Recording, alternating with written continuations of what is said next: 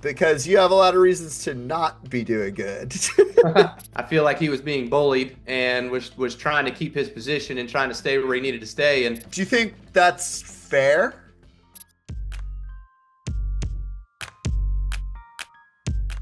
Kyle, how are you? I'm doing good, man. How's it going? I'm good to hear that you're doing good because you have a lot of reasons to not be doing good. All right. I hear you. How you feeling after, you've had 5 days now to let Sunday marinate after Daytona? How you feeling? Yeah, no, I'm good. It was obviously another year of another missed opportunity, being in the right place at the right time, being up in front, leading the pack, second on the inside there, and having a shot after the final pit stop of having that track position and being in the position that you need to be able to score the win. So with all things that go normal at the end of the race anyways. But in this world, in the day and age we're in, nothing's going normal towards the end of these races anymore. It's literally just a crash fest. So it's all about luck and how you can sustain making it through all the crashes and being in the right place at the right time. Exactly how William Byron did it. Yeah, yeah. I mean, it's very weird that you could sit back and it always is weird. Do you feel like, a lot of people have overanalyzed over the last like couple days on what actually happened. What do you feel like happened? Yeah, I mean, obviously Logano had a really, really fast car and he tried to get to the middle and Stenhouse blocked and got bumped a little bit, had to catch it, so tried to go up the racetrack to catch it and then came back down to protect that spot. So if I'm in Logano's spot, I'm like, okay, he obviously doesn't want me going through the middle, so I'm going to have to be behind this guy for a little bit more. Let me push on him and let me see if I can keep this row going forward because where I was at, they just came from 10 rows deep, like they just made a whole heck of a lot of headway in about 3 laps. So there was still 15 laps to go. There was still plenty of time to get those guys in front of you up to the lead and then wash them out or move them out or find a way to be able to get by them and not just plow your way up through the middle. So yeah, you could place blame on both of those guys, but he was definitely the instigator of the whole situation and had the fastest car. Yeah, yeah. I mean, without a doubt, I've seen a lot of people like, place a lot of blame on Stenhouse, like too, Do you think that's fair here in the Not in this situation? instance. No? I think he gets a bad rap because if there's a speedway crash, he's around a lot of them. But in this situation, I feel like he was being bullied and was trying to keep his position and trying to stay where he needed to stay. And again, there's 15 laps to go. It's kind of time to go, but not quite. If that was 5 to go, I could say, okay, look, it's a racing incident. It's time to push, time to go. Logano says if he doesn't make that move, then he doesn't win the race. I highly disagree because there's going to be a wreck between 15 to go and 5 to go anyways, coming from somewhere, whether he makes a different one or whether somebody else makes a crash. That's just the nature of how these races are. They don't finish. And, I look back on earlier in the race, I think it was the first stage or the second stage, one or the other, and Logano was in front of me. Same thing. I had to run on him off of two, and I pulled down to the middle to try to make a pass, and he protected it and he blocked it, and I lifted out of the gas and let him in, and we moseyed on. We kept going. So yeah, it's when you're the guy behind, man, you've got a brake pedal too. Yeah, yeah, exactly. Yeah, use it. So, how you feeling about this? How you feeling about the season? I mean, obviously you have an incredible look. The circumstance is the circumstance on it, but like we're underway here, and how you feeling? I'm feeling good, Another year at RCR. We're behind the wheel of number 8 Zone Chevrolet and, Yep. Cheddar's as well, Rebel as well. So we're excited for this year. We've got a lot of great partners and looking forward to carrying many of those to victory lane. We missed that chance last year, but we were oh so close too many times, Coming up on Atlanta this weekend, which was a year ago, we had a 3-wide finish for the win, closest 3-wide finish in NASCAR history. So unfortunately, I was third place on that one, Yeah. only about 6, 7 inches from the victory. Yeah, But, what was the time difference? It was like point. It was almost like it was like a point hundredth of zero a zero second. seven. Yeah. Yeah, yeah. Yeah. Too close. Too close. So finished third in that one. We're coming back up on that one here again this Sunday. This Sunday, 3 o'clock on Fox. We're back at Atlanta again. Great racetrack, a lot of fun. And following week we go to Coda, a road course, and then we hit the West Coast swing with some Phoenix and some Vegas out there. So, we've got a season to get started here and get started in the right way. I know this is a couple year. It's been I think 2 years now since they've done it. But any will you be missing Auto Club and the Yes. yeah the Fontana Yeah. race? I do. I miss going to Fontana. That was such a cool track for me. I mean, I grew up in Las Vegas, so it wasn't too far away. That was the coolest NASCAR track in California that we always kind of went to, the closest anyway. And I enjoyed the racing there. I thought the racing there was pretty good. It was always fun to watch. You had the early days of Gordon and Ricky Rudd and Dale Jarrett racing each other for wins. And then there was the Jimmy Johnson era there, the Kevin Harvick era, my era. It always seemed like anytime we went out there, we had a shot to win that race. And so was fortunate enough to win the last one out there in the Lucas Oil Chevrolet 2 years ago, but definitely miss going to Fontana. Yeah, I think it's like not having that on the circuit is going to be a bummer, or is a bummer, just because it was such a unique track, and it was special in the West Coast swing. That's awesome. And also I'd love to learn more about what you're doing with Zone.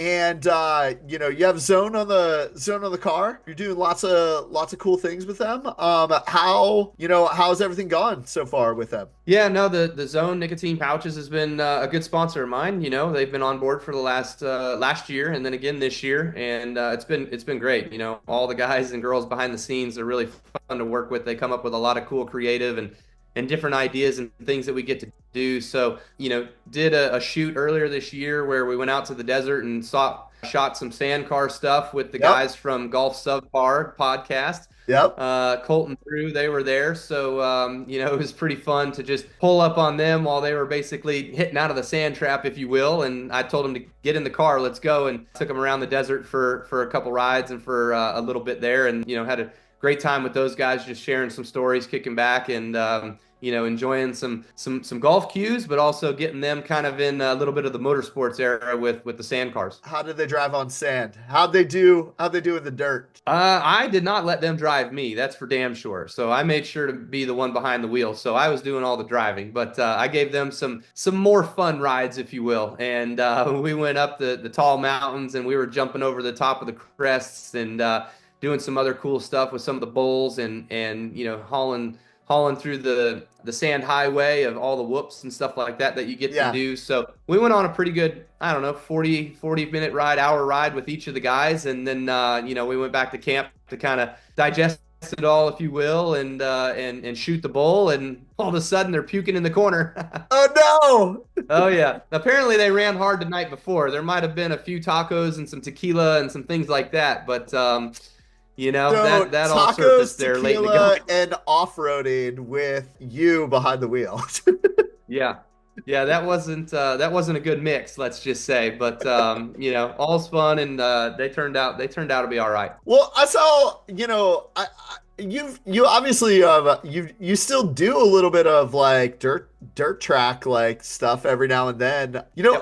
I've always wondered, you've growing up in the desert in Vegas, and it being such a storied race city. Did you do a lot of like off-roading or anything like that back in the day whenever you grew up? Not much when I grew up. No, like when I grew up, I was playing baseball, I was racing, and then I was too busy doing both of those, so I just picked racing and got into that. And we just had so much on our plate and so much going on that we really didn't have time for much else. But after I got my start in NASCAR and was there for a few years and got my footing, and was winning races and contending for championships, I bought some sand car stuff and had some side-by-sides, had a sand car, had a trailer, all that. So we would go out to the desert 2-3 times a year and just go hang out. A couple times on Thanksgiving, which was really busy. A couple times over the New Year holiday, which was really busy. So we would always try to go out there for like the week up leading to those, and then spend a couple days with a couple friends that would come in for the big weekend. And then we'd bounce out of there and get out of the way, because it's just so hard and so dangerous to ride on the busy weekend. You're just constantly trying to pay attention of where people are and what's going on around you, that they're more joy riding, where I'm out there to get a little bit of speed riding. I want to go fast. I want to jump some jumps and have some fun. So, but you're way too busy with the full-time job right now. But I would say, you got the Baja, you have the Mint 500 out there, and what those drivers can do is pretty freaking cool, man. Like, Yeah. you know, Yeah, the desert racing stuff is really neat. My dad was there was a lot of guys around Vegas, and my dad was a Mac tool distributor, so he would always go to their shops, and I would always go with him and check out their cool trucks and stuff. And Rob McCachran being one of those guys, the Herbst brothers being one of those guys, so a lot of cool stuff was always around Vegas with the desert guys, and so it was always neat to check out their shops and stuff. And one of these days, maybe I'd give it a shot. Herbst, Riley is now racing in the Cup Series, and so I've known him and his family for a long time. It'd be cool to maybe do one of the mint races or something like that. But yeah, the 1,000 down there through the Baja, that gets a little sketch, especially when you're super running sketch. at night, and sometimes there's some booby traps out there. Yeah. Or, one thing that I feel like I always feel like a cool, like, could you imagine what it'd be like doing King of the Hammers, like in the Johnson Valley? Yeah. Yeah. Something like that. Right.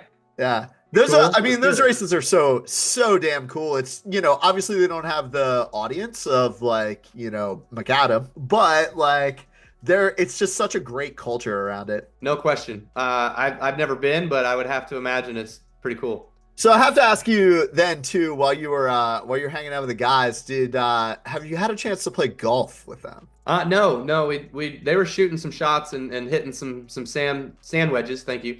Yeah. And so probably could have done a little bit of that. I've had my fair share of sand trap visits, so I'm used to that.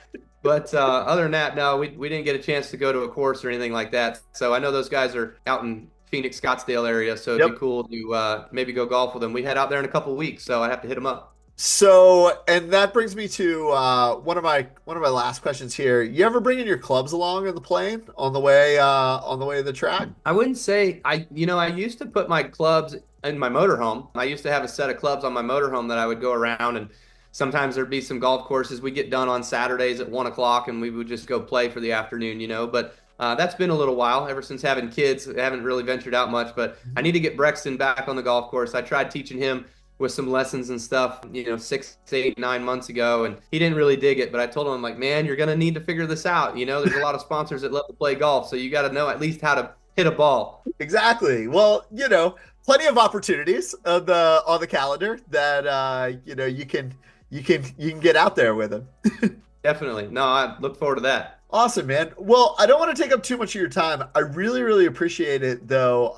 Any final remarks on Zone or anybody that you're working with this year? No, just there's always things that are kind of happening behind the scenes, so we're always excited to kind of showcase what's up next, and so everybody can kind of check out, the Subpar guys on the Zone commercial shoot thing that we did with going through the desert. That's out now, and that's pretty cool. And then we're gonna have some other cool stuff coming on later this year. We've had some brainstorming episode or meetings in which we're trying to get some more stuff going. So stay tuned for it. Nice. And by watching the video, you won't feel the same vomit-inducing, I don't think they included that part. I was telling them to put it right on the back end of it, and they said no. So maybe on the outtake. Awesome. Well, thank you so much, Kyle. I really appreciate it. Have a great day, man. This is great to chat. Yes, sir. Same to you, and appreciate that. Looking forward to the rest of the NASCAR season. So everybody tune in, check us out, cheer for your favorite driver here, Kyle Busch, and the number 8 Zone Chevrolet. Love it. Love it. Have a great season, man. Best of luck to you. All right. Appreciate it. Thanks. See you.